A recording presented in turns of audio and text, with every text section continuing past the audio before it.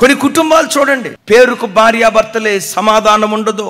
కొంతమంది పురుషులకు ముక్కు మీదే కోపం ఉంటుంది. అరే ఇది ఒక బలహీన ఘట్టం, దెబ్బ కొడితే ఏమైపోద్దో, నన్ను నమ్మి నా ఇంటికి వచ్చింది కదా ఏమైపోద్దో అనే ఇంకిత జ్ఞానం లేకుండా నేను పురుషుణ్ణని ఆ పురుష అహంకారంతో నేనేం చేసినా చలామణి అయిపోద్దని భార్యను బాధించే మూర్ఖపు భర్తలు సమాజంలో లేకపోలేదు. అరే కీడు చేసిన వాడికి మేలు చేయమని దేవుడు చెప్తే, ద్వేషించిన వాడికి ప్రేమను పంచమని వాక్యం చెప్తే, ప్రేమించిన భార్యకు నువ్వు ప్రేమను పంచకపోతే నేనంట నీవేం భర్తవయ్యా?